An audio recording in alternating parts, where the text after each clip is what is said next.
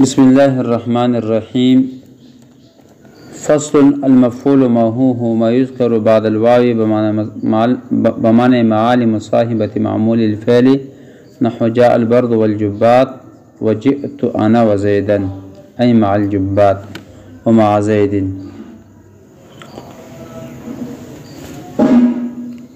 دې عبارت کې مصنف د مفعول ما هو تعریف او د احکامات بیانوي. مفعول ما هو د ذکر په المفعول باندې الف لام د اسم موصول په معنی دی الذين او معنا به شي الذي فعل الفعل معه لکه څنګه نور کوم تقدیر وخت کوي از د ذکر ما شان ده الذي فعل الفعل معه वो اسم जिसके साथ फेल किया गया हो इस्तिलाही तरीके से दा मफعول ما هو هغه اسم دا چې د واو نه بعد ذکر شوی وي او دا واو په معنی دی معوي دا واو په معنی دی معوي په دې خبره باندې دلالت کولو دی پورا چې دا مفعول موهو د فعل د معمول مصاحب ملګری ده پوښي هو ما يذكر بعد الواو دا مفعول موهو دا چې ذکر شوی بعد د واو نه یا دا هغه اسم دا چې ذکر شوی بعد دی واو نه بمعنی مع د ما په معنی باندې لمصاحبه معمول الفعل دی فعل دی معمول دی مصاحب کېدلو دی وجنا یا ملګری کېدلو دی وجنا چې څه په عمل کې په فعل کې ملګری وي پوښي لکه جاء البرد والجبات روغله سوړه سره دی جبو نو وسوګرا په مجیت فعل کې جبات دا دی برد ملګری ده لکه سرنګي سوړر غلې ده وسرا جوبې مرغلې یا جئت انا وزيدن په دې کې په مجیت فعل کې ارتلو کې لکه سرنګي متکلم ده متکلم مرغلې ده دا رنګ دی متکلم سره په دې ارتلو کې زید ملګری ده زید مسکر غلې ده پوښي نو مطلب بشي لکه جاء البرد مع الجبات یا جئت مع زيدين جئت مع زيدين اصل کې داسې و پوښي په خبره باندې اول دومی سلونه چې کوم مصنف ذکر کړي هغه د چې مفعول موهود فاعل مصاحب وي ٹھیک ده کنه بل مثال چغی کې مفعول موهود مفعول به مصاحب وي لکه کفاک وزیدن درهم ٹھیک ده کنه د دې کې وګوره کاب مفعول به ده کنه وزید دي مصاحب ملګری ده پوښي پس کې لکه څنګه دی مخاطب دی پورا کفیدا یو درهم دارنګ وسره د زید پرما یو کفیدا مطلب چې د زید او د مخاطب دوړ دی پورا یو درهم کفیدا پوښي په خبره باندې ٹھیک شول نو دې کې د هو چې دا کنه دا رجع المفعول موهود ته معرف ده وما يذكر بعد الواو بمعنى مع لمصاحبه معمول الفعل دب تعریف شي ټوله سبي شي پوشي لفظ ما دا جنس ده ځکه دې مراد اسم ده کنه ست مراد ده اسم ته مراد ده پوشي دا جنس ولا ويذكر بعد الواو بمعنى مع لمصاحبه معمول الفعل دا ټوله تفصل ده دا ټوله څه ده فصل ده دې نور مفاعل وتلو دا اصل مفعول ما هو پوښ په خبره باندې مخ یې مثال باندې پوه شو فإن كان الفعل لفظا وسي چې فإن كان الفعل لفظا وجاز العطف اعراب تبینی حکم تبینی چې په کوم صورتونو کې به دواب باندې ما دیو جنا ما بعد کې نسب منصوب یو او کوم صورتونو دیو جنا واو باندې ما نه اخلو یا کوم صورتونو کې جوازن د سلور صورتونه دي څو صورتونه دي سلور صورتونه دي یی چې فإن كان الفعل لفظا کچره دی مفعول ما هو عامل یا فعل ناسب سوی لفظي وي او عطف جائز وي وعطف جائز نو په دې صورت کې عطف او نسب دواړه جائز دي نسب ورفع ټیک ده کنه او نسب ورفع دواړه جائز دي عطف او نسب یا نسب ورفع یو خبره ده یو خبره ویلې ده په دې ځکه واده ښه په بل ځکه نه په دې ځکه عطف پکې نور په برسي عطف چې وکی نور په برسي پوښ په خبره باندې نو نسب ویل جائز ده زکه چې دا واب باندې ما کا مفعول ما هو جوړ کا توسه مووي چې کچره فعل لفظن وي او په دې صورت کې عطف هم جائز وي کچره دی مفعول ما هو فعل ناسب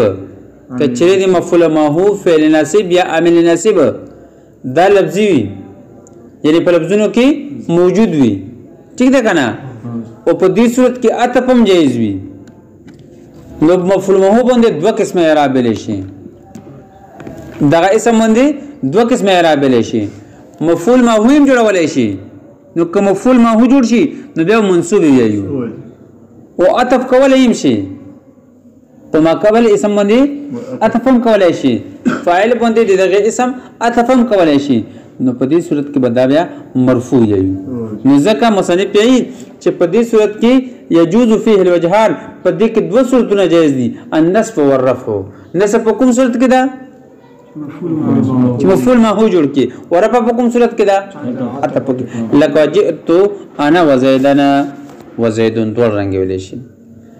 جئت عامل لا وزيد مفعول ما هو کې خودی ذکر وګرا جئت په لفظونو کې موجود ده په لفظونو کې موجود ده نو اوس د زید عطف د جئت په ضمیر په تو باندې جائز ده د فاعل باندې په ضمیر باندې عطف څه ده جائز ده او عطف به جائز ده عطف زکه جائز ده چې د ضمیر متصل تاکید رغلې په انا سره ضمیر متصل تاکید رغلې په انا سره او کله چې د ضمیر تاکید کله چې د ضمیر متصل تاکید راشي په ضمیر سره نو بیا په دې باندې عطف جائز وي اسی په ضمیر مرفوع متصل باندې عطف جائز نه ده اسی په ضمیر مرفوع متصل باندې عطف جائز نه ده خو چې کله د ضمیر مرفوع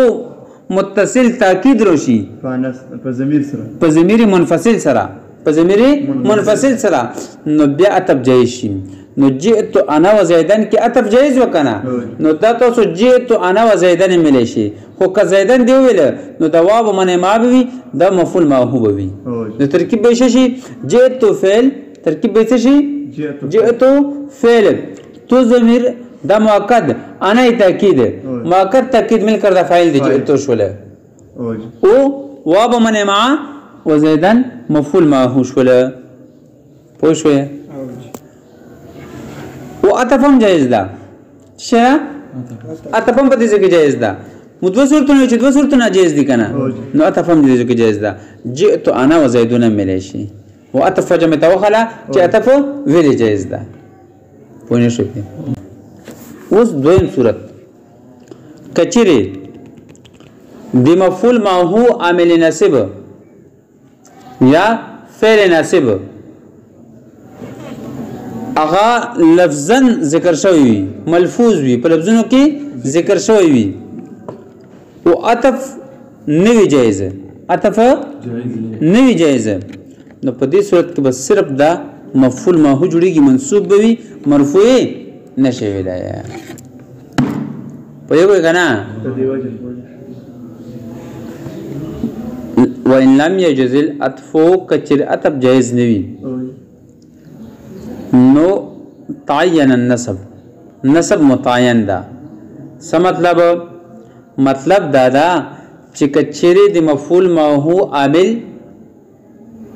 دا لفظونو کې موجود وي یا د مفعول ما هو فعل دا په لفظونو کې موجود وي ٹھیک ده او د مفعول ما هو کې دا واو چې کوم دا ته په جوړول جایز نه وي اتب کول دي په ما قبل سم دي جایز نه وي نو بیا صرف دا منصوب بل شي مرفوع نشي ویلای مطلب صرف مفعول ما هو جوړول شي معطوف نشي جوړولای دا مفعول ما هو بیا څه جوړول شي صرف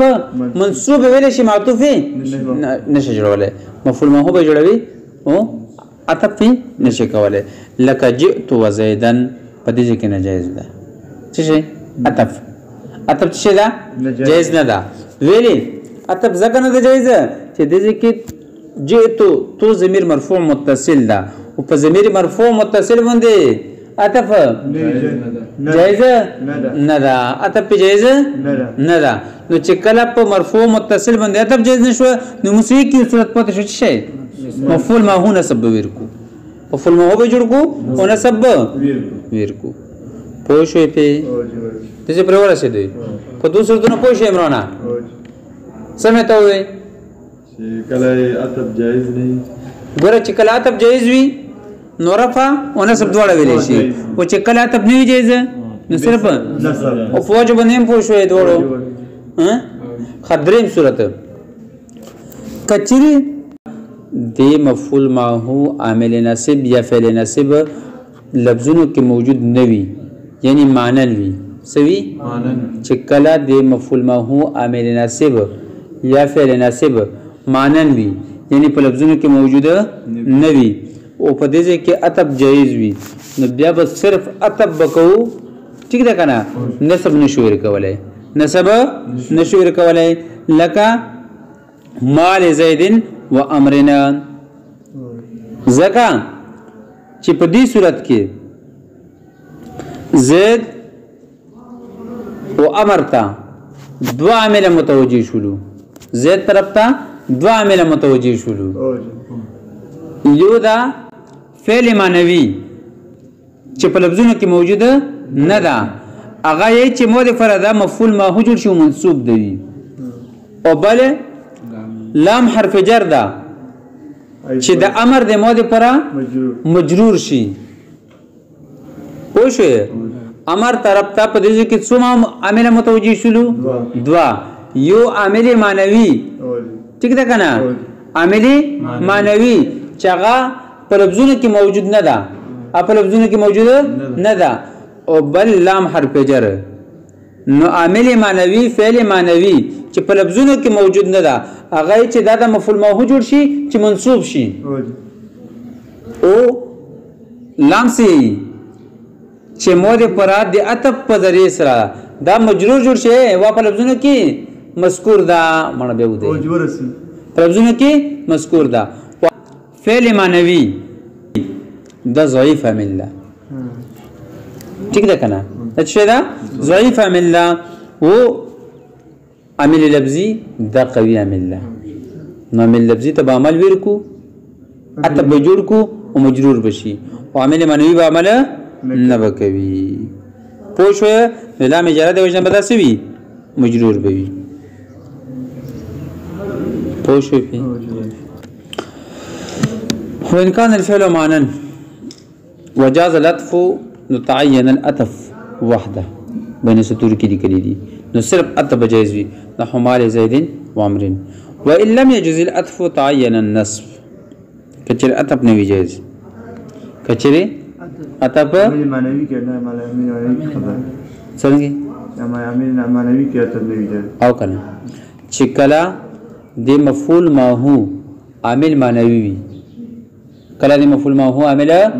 معنوي وي څه واسو دشتا چې کله د مفعول ما هو عامل سوي معنوي وي معنوي څه مطلب چې په لفظونو کې موجوده نه وي او عطف نه وي جائز نو بیا به صرف د منصوب یو معطوف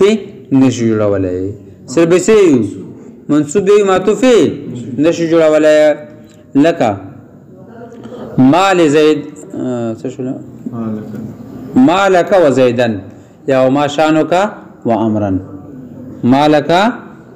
وزیدن وما شانک وامرا په دې کې وګوره مالک په ضمیر مجرور متصل باندې عطف جایز نه ده ویلي زکه ضمیر مجرور متصل باندې عطف الا جایز وی چې کله اعاده د جار وشي چې کله اعاده د څه وشي جار وشي او د ځکه اعاده د جار نه ده شوی نو عطف جایز نه ده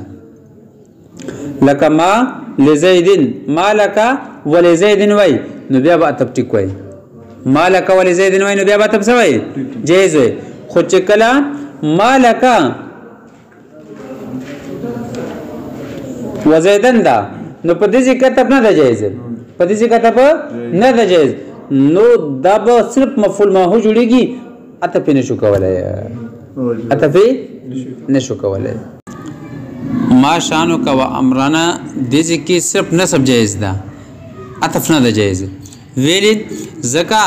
چې کدی کې مو عطف وکړو نو د متکلم مقصود خلاف ورسي ٹھیک ده کنه متکلم مقصود څه ده چې د دوړو د شان تپوس کوي مخاطب و د امر خو کچری مو د ذکر عطف کو نو بیا به څه مطلب به څه شي چې د مخاطب د شان تپوس وکړل او د امر د ذات باره کې تپوس وکړل حالانکه دا څه نه ده د دوړو د شان باره کې تپوس کوي خو شو په اوس لأن المعنى ما تصنعو لأن المعنى ما تصنعو د ذکر تما معنا بینوي چې د ما معنا تصنعو دا ٹھیک ده کنه مالک